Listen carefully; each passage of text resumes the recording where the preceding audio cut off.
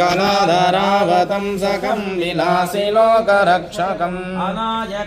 अनायकं विलासिते भदैत्यकं लताशुभाशुनाशकं नमामि तं विनायकम्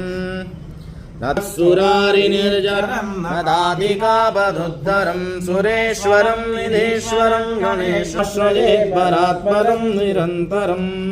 समस्तलोकशङ्करं निरस्तदैत्यकुञ्जरं धरेधरोधरं वरं हरेव वक्रमक्षरं मुदाकरं यशस्करं नमस्कृतं नमस्कृतं नमस्करोमि भास्वरम्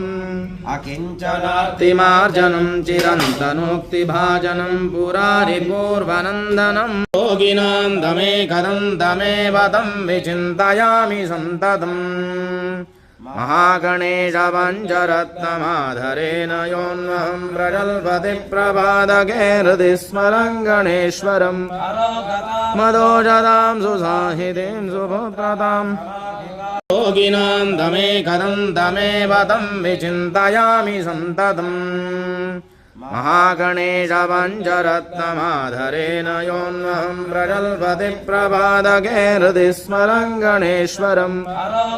मदोजदां सुसाहितीं सुपुत्रताम् कलाधरावतं सकं विलासि लोकरक्षकम् अनायकं विलासिते भदैत्यकं लताशुभाशुनाशकं नमामि तं विनायकम्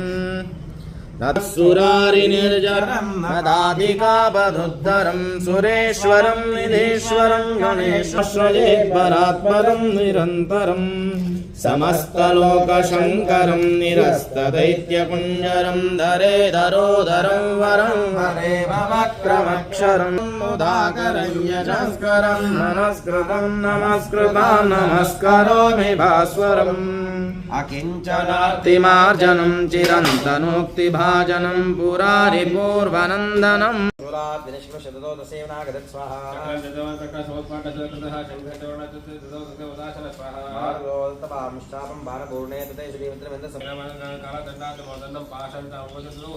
प्रतिष्ठाक्षमालां ददौ ब्रह्मा कमण्डलं समस्त रोमकूपेषु दिरश्मीन् दिवाकर स्वाहा